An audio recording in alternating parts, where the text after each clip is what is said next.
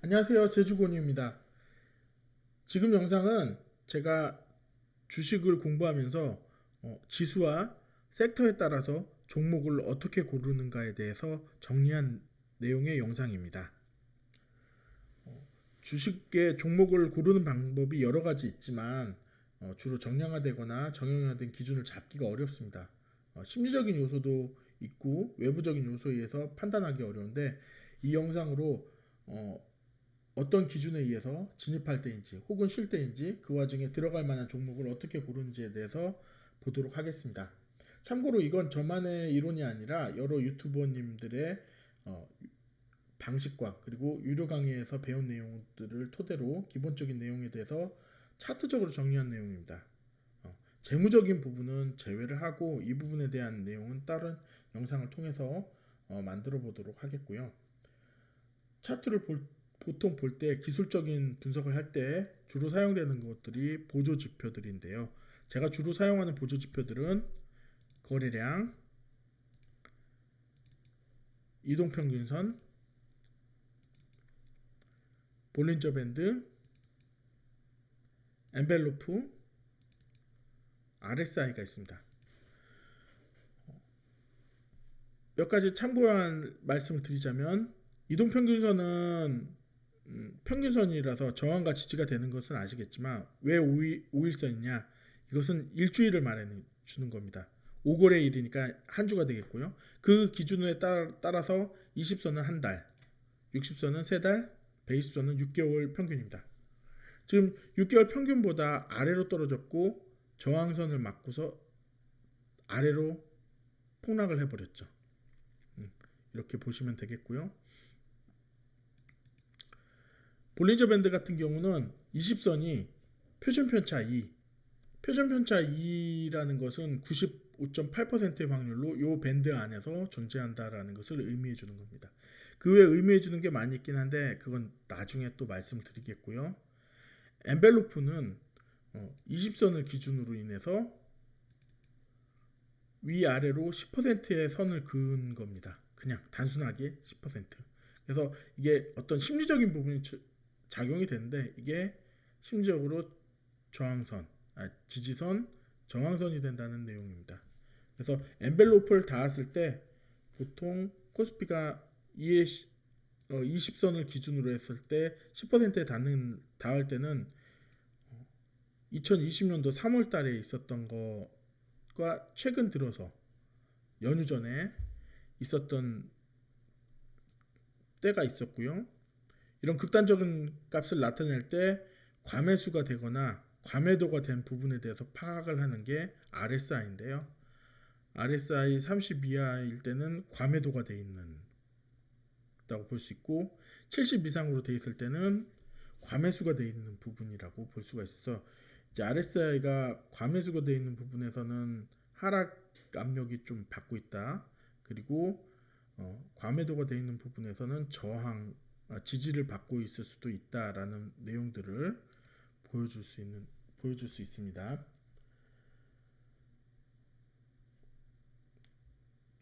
주로 기술적인 매매를 할 때 가장 중요하게 볼 만한 부분은 세력주들은 좀 다른 부분의 문제겠지만 제가 지수와 섹터를 본다고 했죠. 그래서 보통 지수를 봅니다. 지수를 보는데 코스피 일봉과 코스피 주봉을 봅니다. 그래서 일봉상에서 하락을 보이지만 주봉상에서 지지를 보일 수 있는 부분이라고 해서 반등을 찾을 수가 있고요. 반등의 자리를 어느 정도 찾을 수가 있고 또 이렇게 지수가 떨어질 때는 대부분 종목 쉬어주는 게 난데 보시게 되면 최근 극단적인 하락을 보일 때 외국인들이 3.5조를 가지고 있었는데 코스피에서 지금 외국인들이 매도가 마이너스 5천억까지 돼 있습니다. 그래서 3.5조에서 마이너스 5천억이면 요 구간 동안에 1월 20일서부터 28일까지 4조를 팔았다는 내용입니다. 이렇게 팔게 되면 지수는 대폭락을 이루게 되는데요. 이런 대폭락을 할 때 외인은 파생 상품에다가 투자를 해서 하방에다가 하방에서 수익을 벌게 되는 풋이라든가 아니면 인버스 매매를 해서 수익을 상당하게 벌었을 겁니다.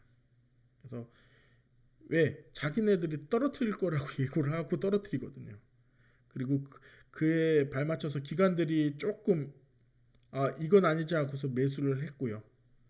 개인은 그걸 다 받았고요. 그래서 여기에서 보시게 되면 하방의 힘을 가장 많이 준 애들은 외인입니다. 그래서 이렇게 지수를 좌지우지하는 거 외인의 힘이 가장 강하다고 보시면 되고, 그 근원이 될 수 있는 부분에 대해서 보게 되면 코스피 전체 시총 전체인데 여기에서 시총을 가장 많이 차지하는 게 전기전자입니다. 전기전자가 보통 38.19%를 차지하고 있죠. 거의 과반은 안 되고 과반에 육박하죠. 그런데 그 중에서도 80%는 삼성전자, LG에너지솔루션, SK하이닉스 이 세 개, 삼성전자, 우까지 합치니까요. 세 개의 종목이 80%를 차지합니다. 따라서 이 세 개의 종목만 매수매도만 하면 지수를 움직이고 좌지우지하기에는 훨씬 더 편하다는 얘기죠. 그래서 지수를 통해서 파생상품을 움직이기 때문에 외인들의 매도 매수가 상당히 중요한 부분을 차지하게 됩니다. 그래서 그러면 지수가 나쁠 때 그냥 아무것도 안 보냐? 그것뿐만 아니라 그걸로 보는 게 아니라 지수가 안 좋을 때도 버티는 섹터가 있는지 찾아내는 방식이 있습니다. 자, 보시게 되면 자, 코스피 그리고 이쪽을 고정해 볼게요. 그 다음에 우리가 전기전자 섹터를 보겠습니다. 전기전자 코스피랑 비슷하죠. 조금 더 위에 있습니다. 120선이 좀 더 위에 있다는 점 제외하고 이미 하방 추세로 됐죠. 금융업은 좀 특이한데 이제 지주나 뱅크, 페이 이것만 있는 게 아니라 SK나 LG도 있어서 약간의 방향성 모자란 편입니다. 그래서 조금 다르게 지주회사의 성격도 가지고 있다라고 아시면 되겠고요. 자, 보시면 전기전자, 금융, 서비스업, 화학 다 바닥치죠. 운수장비, 의약품, 유통업, 철강금속, 운수창고, 보험은 좀 괜찮았네요. 보험 뭐가 있었죠? 삼성생명과 삼성화재, 메리츠화재, DB손해보험, 하나생명. 예, 이따가 보험 파트에 대해서 보겠습니다. 보험 차트에서는 외인들이 계속해서 매수를 하고 있는 부분이 보이고 있습니다. 그래서 보험 차트 메모장을 통해서 보험 분류가 됐고요. 그리고 또 보험까지 했죠. 기계, 증권, 통신업 좀 괜찮나요? 통신업 외인들이 좀 샀네요. 그러면 통신업도 같이 한번 올려놓도록 하겠습니다. 그리고 음식료, 건설, 비금속 광물, 전기가스업, 섬유유복.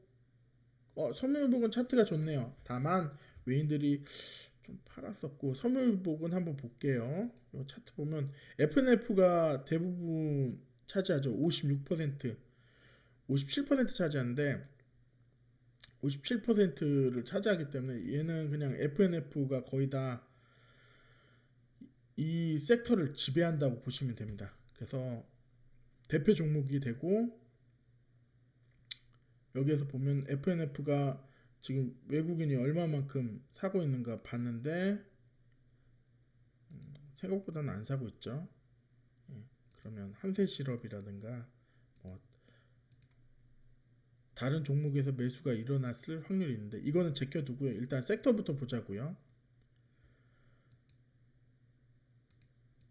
그래서 섬유유복, 의료정밀, 종이목재 나왔습니다. 근데 의료정밀이 지금 20선과 120선을 다 돌파했죠. 엔벨로프 다 한 다음에 그러면 의료종밀 보겠습니다. 게다가 외국인도 지속적으로 매수를 하는 것보다 기관이 더 매수를 했었네요. 그리고 종이목재 떨어지고 있죠. 자, 보시면 이 세 가지 섹터를 보시게 되는데 보험, 통신업, 의료종밀. 그러면 보험을 봅시다. 보험을 보시면 이제는 요거를 주식으로 바꿔서 보시게 되면 자, 삼성 시총이 높은 것들이 대표성을 가지기 때문에 보시게 되면 여기에 종목별 투자자가 있습니다. 그러면 금액에 따라서 얼마나 매수가 됐는지 보면 누적 매수죠. 한 달 동안의 누적 매수를 보게 되면 요것도 12월 10일로 잡아야겠네요. 그러면 삼성생명, 삼성화재, 근데 다 지금 120선 아래에 있죠. 메리츠화재가 가장 컸네요. 보시게 되면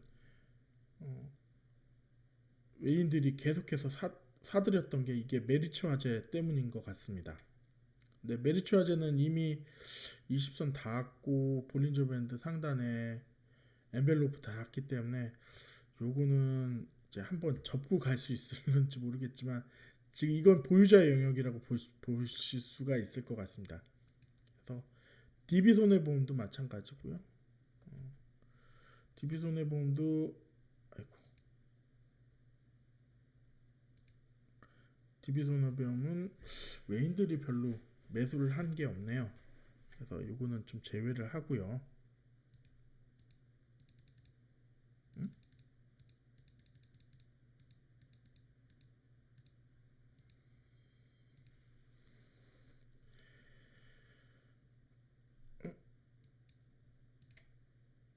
아이고, 잘못했네요. 잠깐만요. 예. 그래서 보험 쪽에선 건질만한 종목은 메리츠화재인데, 근데 이거는 보유자 영역. 통신업 같은 경우는 한번 봅시다. SK텔레콤,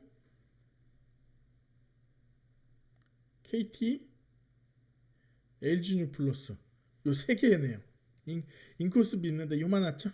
뭐 거의 얘네들 세 명이서 다 차지한다고 보시면 되는데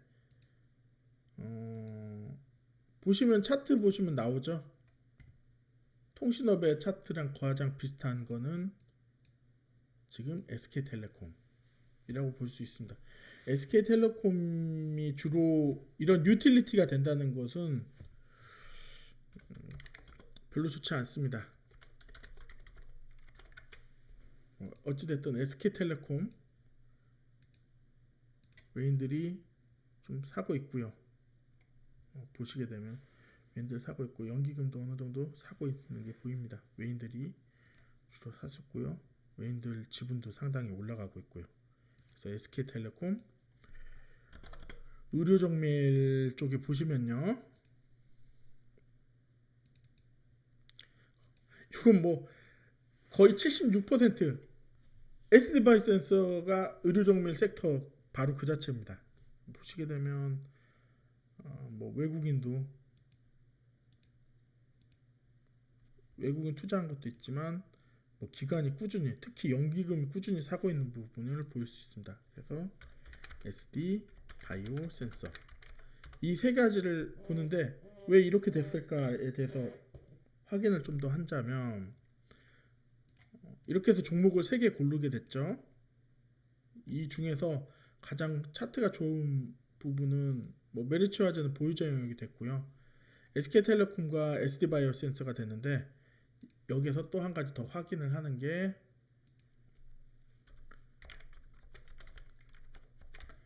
SK텔레콤을 볼게요. SK텔레콤을 뭘로 보냐면 뉴스를 봅니다. 뉴스. 새로운 신사업 AI라든가 뭐 이런 것들 한다고 하고 하늘길 연다고 하고 5G 주파수 할당 요청 이제 5G 쪽이나 어, 이쪽에 관련을 하는 것 같네요. ESG도 있고요. 5G 관련 이렇게 투자가 되는 걸 볼 수 있고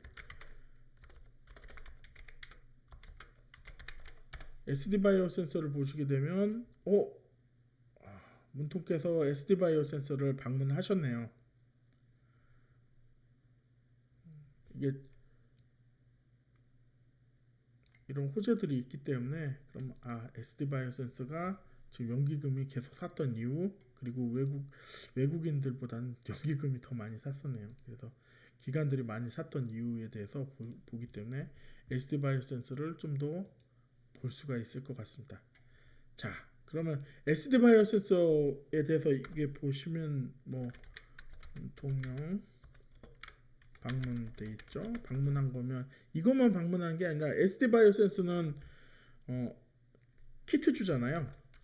키트 주니까 이런 것들만 보는 게 아니라 휴마시스, 뭐 시젠이라든가 수젠텍이라든가 엑세스바이오 같은 이런 코스닥주들도 같이 볼 수가 있겠죠. 휴마시스 상한가 같죠.